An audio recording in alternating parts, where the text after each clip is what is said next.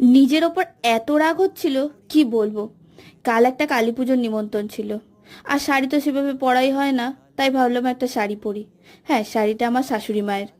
শাড়িটাকে তো কোনো ক্রমে ম্যানেজ করলে কি হবে, ব্লাউজটার ফিটিংটা এত বাজে হয়ে গেছে যে কোনোভাবেই ম্যানেজ করা গেল না, আর সেই চুড়িদারই পরে যেতে হলো। সৌরভদাকে তো আগে কয়েকটা ভিডিওতে দেখেইছেন, তো ওই সৌরভদার বাড়িরই তারা মায়ের পুজোর নেমন্তন্ন। 2023 মার্চে আমরা একটা গ্রুপে কাশ্মীর বেড়াতে যাই, আর সেখানেই আমাদের সবাইকে মুখশুদ্ধি খাইয়ে আমাদের মন প্রাণ এমন জয় করে নিয়েছিল যে তারপর থেকেই সৌরভদার সাথে আত্মার আত্মীয়তা হয়ে গেছিল। রাতের খাওয়াতে লুচি না থাকলেও ঠাকুর ঠিকই ওনার ভোগের লুচিটা উজানকে পাইয়ে দিয়েছেন। ওখানেই শুধু খাওয়া দাওয়া নয়, আরও খাবার বাড়িতে এনে বাসি করে খাওয়াটা আমাদের কপালের সাথে জুড়ে গেছে।